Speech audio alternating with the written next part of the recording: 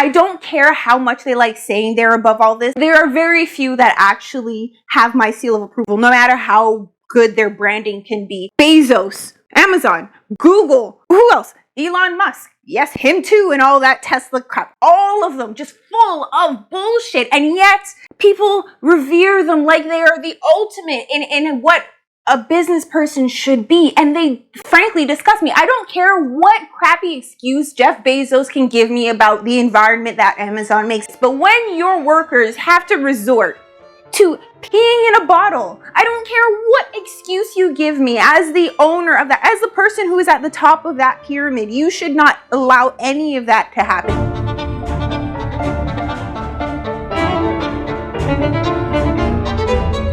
Hi, my name is Jillian. Thank you for being here. If this is your first time here, welcome. And if you're somehow found your way back here again, welcome back. I get one rant a week. No, sorry, a month. One rant a month. One, not rant, but independent video that I get to choose the topic for. Something that just fun for me to just go on about. If you haven't noticed, I tend to go on sometimes. So this is my one reward for all of this effort. And today we are going to be talking about what I'm sure is not going to be the last time you hear from me. And that is like what I call the core of all of my rants. What I'm going to talk about today is the thing that is at the base of all of my frustrations, why I do this, what I will ultimately always blame or end up being This rant is about how disrespectful and disgusting modern day capitalism has become. It's appalling. Gone are the days of Henry Ford. I'm not saying he was perfect.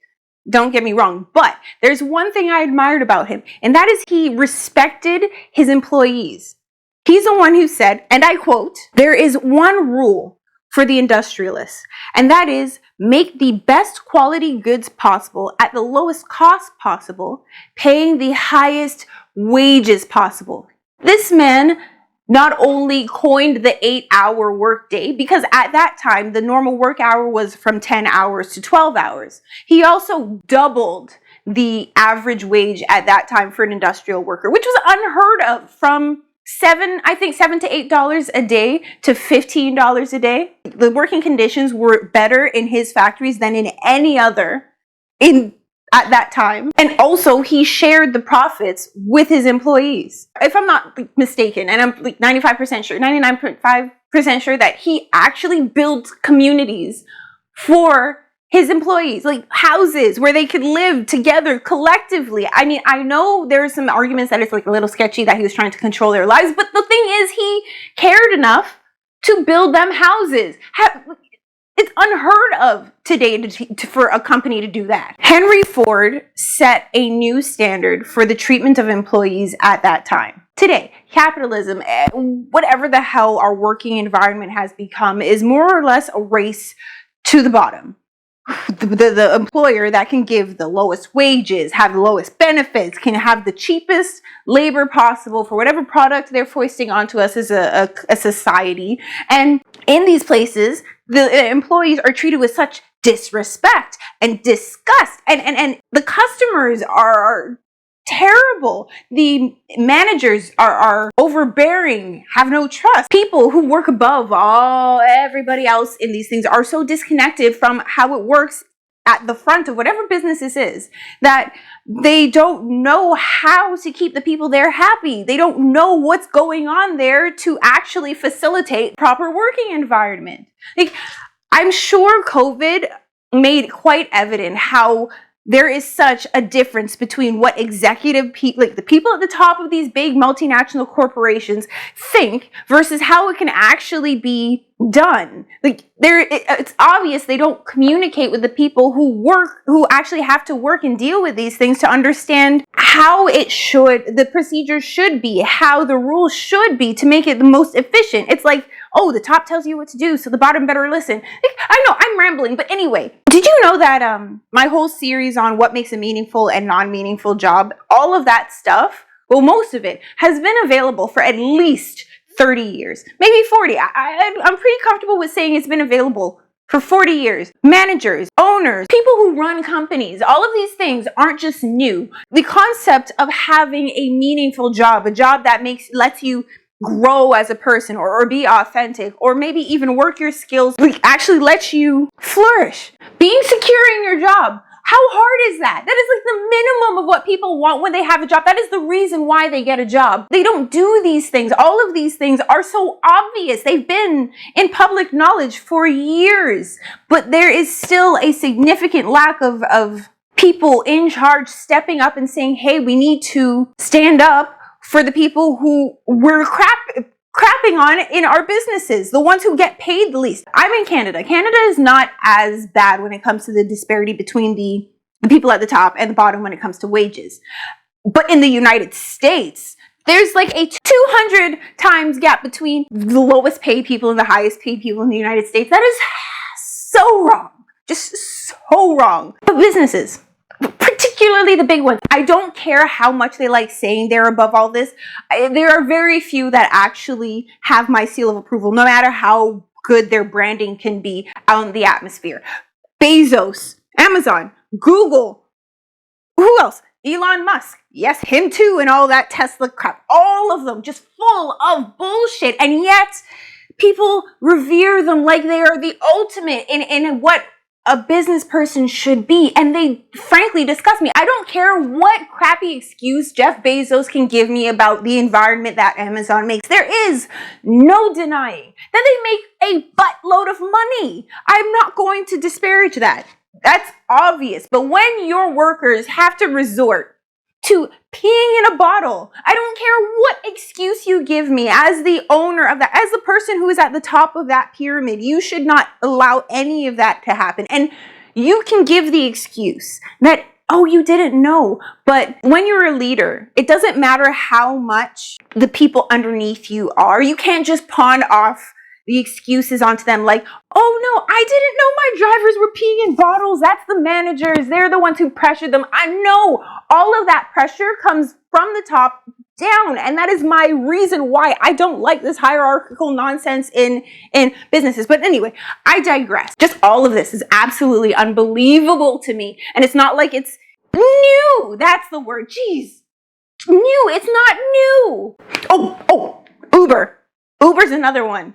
Don't get me started on Uber. One day I'm going to do a breakdown on exactly how these businesses are just so absolutely disgusting, and they may seem like they're good, but they actually take advantage of the people that work for them. Uber, perfect example. Hate Uber.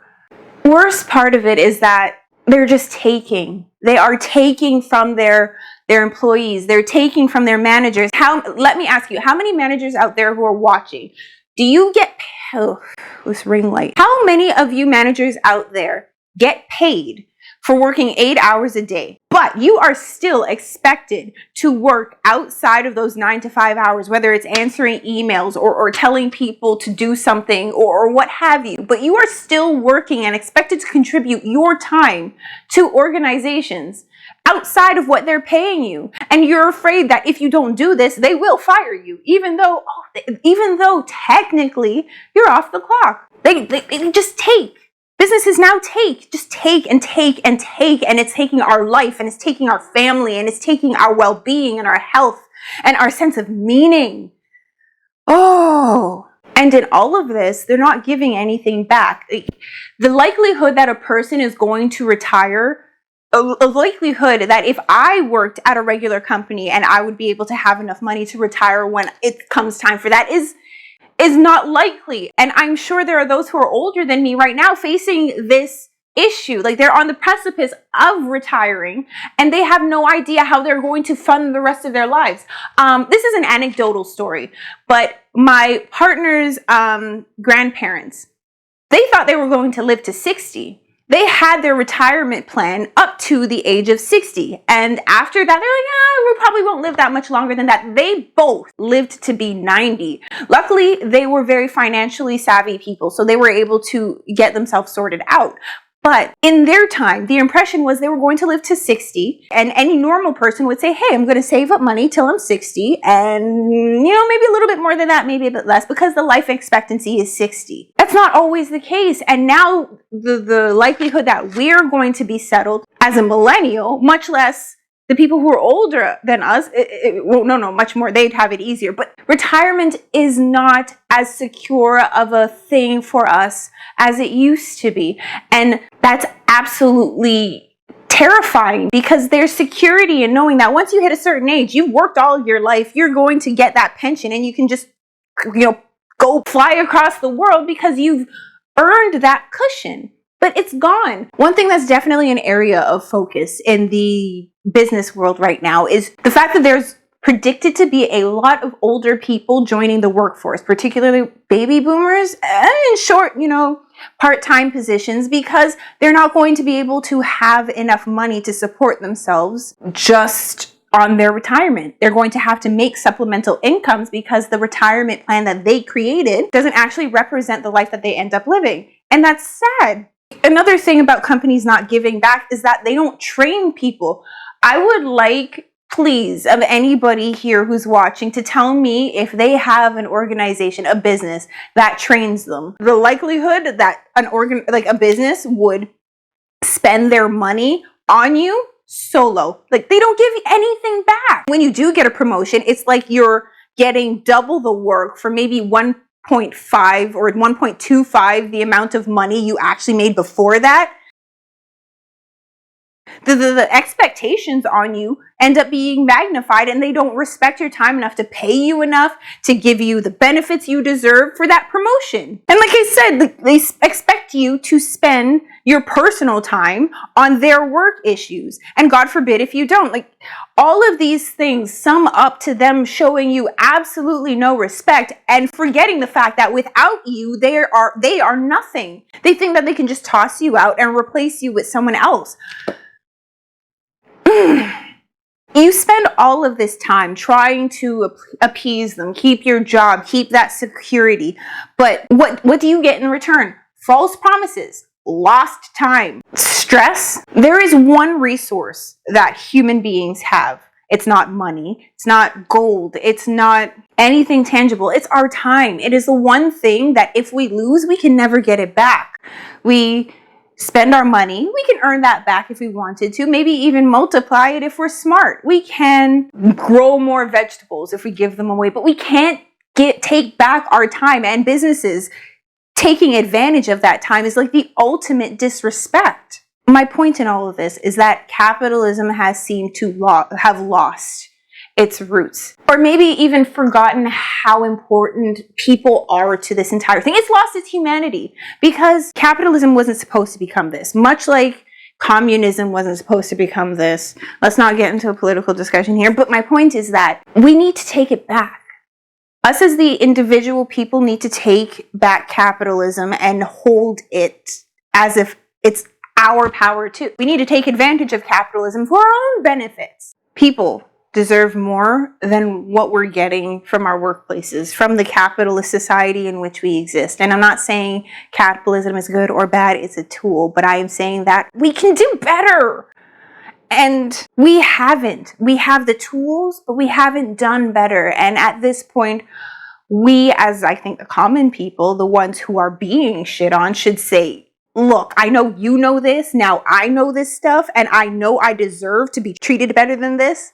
So treat me better than this, or I'm going to take my backside somewhere else to someone who does treat me better. And I think people are becoming more aware of it. Yeah, slow, steady, but especially since COVID, but slow and steady, it's getting there. But that is the core of my rant. Thank you for listening. This was fun. I finally got to do something, for me where it wasn't structured. But thank you. Thank you. I will hopefully see you again. Thank you for coming to the Happy Group, where we just want to bring a little happiness to the world. Bye.